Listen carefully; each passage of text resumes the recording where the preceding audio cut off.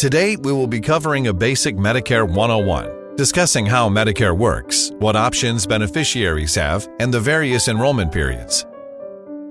Everyone has unique doctors, prescriptions, financial and medical needs that make selecting the correct plan a very specialized process.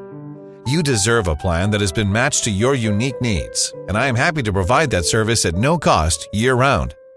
I am licensed and certified by the state and insurance carriers to represent Medicare health plans. Every year, I spend countless hours obtaining product-specific certifications from each Medicare carrier in order to remain independent and knowledgeable about both Medicare and all the different plan options out there.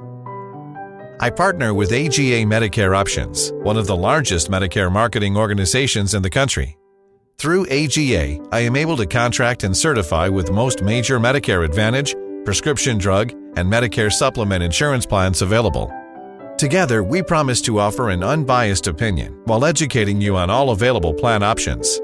I will teach you the ins and outs of your existing or new plan and always make sure your specific doctors and prescriptions are covered. I will conduct an annual benefit review for you and can assist you in applying for low-income support if needed. My essential role is to help you navigate through Medicare's many options and annual changes at no cost to you. Enough about me, let's talk Medicare basics. Let's start with, when are you eligible for Medicare?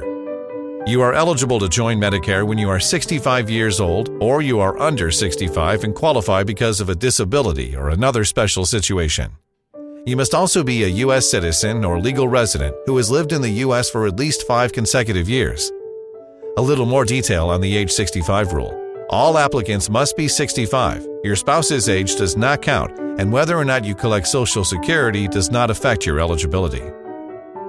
Medicare has a lot of options for those who qualify, so let's try to make it simpler. Original Medicare is comprised of both Medical Part A and Part B. Part A is inpatient or hospital coverage, and Part B is outpatient or medical coverage. You will see these letters with effective dates listed on the bottom right of your Medicare card, and together they make up Original Medicare.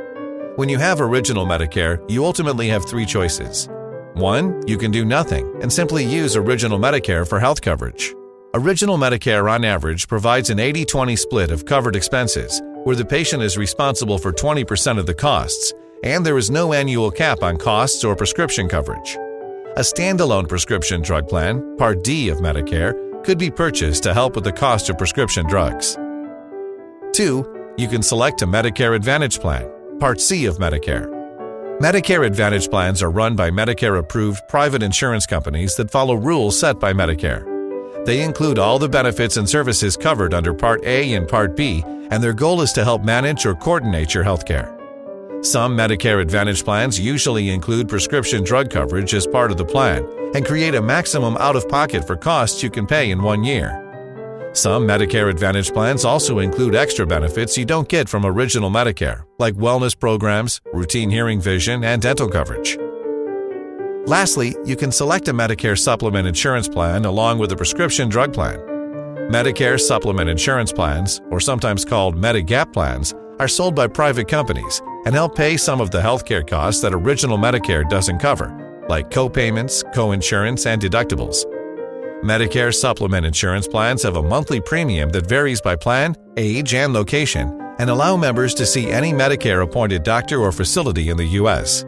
Medicare supplement insurance plans only supplement Original Medicare, which does not cover prescriptions, so those wanting prescription coverage will need to purchase a standalone prescription drug plan in addition. I realize all these different options and the endless acronyms or terms can be confusing. I am happy to cover all of them with you one-on-one, but for now, I will touch on a few key ones. HMO. HMO stands for Health Maintenance Organization, commonly seen in Medicare Advantage plans. This is where the patient must select an in-network primary care physician, or PCP. This primary doctor is charged with coordinating the patient's care and must be seen first for all healthcare needs except in an emergency. If a specialist is necessary, the primary doctor will refer the patient to an in-network specialist. PPO. PPO stands for Preferred Provider Organization.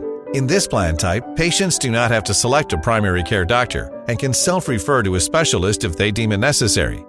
PPOs have both in-network and out-of-network options. Although patients can choose to go directly to anyone they would like, Out-of-network options typically have significantly higher costs associated. SNP. SNP stands for Special Needs Plan. These are types of Medicare Advantage plans specially designed for specific needs. For example, dual-eligible plans are designed for those on both Medicaid and Medicare. Chronic condition plans are designed for those with specific conditions like diabetes or COPD. Institutional plans are designed for those living in a nursing home. Prescription drug coverage, or Part D, is one of the most confusing aspects of Medicare. Whether you received coverage through a Medicare Advantage plan or standalone prescription drug plan, the rules and structure are the same per Medicare stipulations. To begin with, all plans must establish a formulary and drug tiers. A formulary is the list of prescription drugs covered by an insurance plan. These drugs are then placed into tiers, and each tier has a specific cost. Medicare provides guidelines about the type of drugs to be covered on the formulary, but not the specific drugs. There are 4 annual stages to Medicare prescription drug coverage, but it is important to note everyone will not reach each stage. Stage 1, deductible.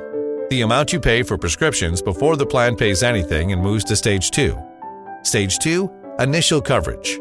The co-pays or co-insurance you pay for specific prescriptions as outlined by the plan.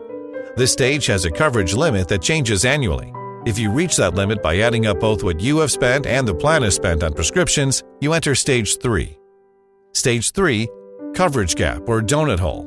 In this stage, the member is typically responsible for a higher portion of the prescription cost until they reach Stage 4 thresholds. Stage 4, catastrophic coverage, is the final coverage stage, and here prescription costs to the member are significantly reduced. The catastrophic threshold changes annually and is reached by adding up both what you have spent and the plan has spent on prescriptions. This is called true out-of-pocket costs, or TROOP. I know this is a lot to take in all at once, but it's very important to be aware of Medicare's many rules and annual changes. Plans can dramatically change from one year to the next, and you need to know your rights, or you may get locked into your current plan. Elections periods are a big part of Medicare and important to know, so we will cover a few before we wrap up for today. Initial election period is the 7-month window you get to select any plan guaranteed issue when you first come onto Medicare. This is the 3 months before your birthday, month of, and up to 3 months after. Annual election period, or AEP, is October 15th through December 7th each year, and is the time to review any plan changes for the following year and decide if you want to change plans effective January 1st. Medicare Advantage open enrollment period is January 1st through March 31st. During this time, if you are enrolled in a Medicare Advantage plan, you can switch to another Medicare Advantage plan. You may also disenroll from a Medicare Advantage plan and return to Original Medicare. You'll also be able to join a Medicare prescription drug plan. Special Election Period, or SEPs, allow those who qualify to change plans throughout the year. There are a number of ways to qualify for a SEP, but a few of the most common reasons are you retired or lost employer coverage, you moved out of your current plan's services area, or you qualified for state assistance. This concludes our quick Medicare 101 today, but by no means have we covered all aspects of Medicare. My goal was to give you a basic understanding of how Medicare works and what your options are. It is important to sit down with a licensed broker every year to compare plans and ensure you are on the plan which best suits your individual needs. If you'd like more information or to schedule your personal consultation, please fill out the contact form on this site and we will be in touch shortly. I want to thank you for attending today and look forward to helping you soon.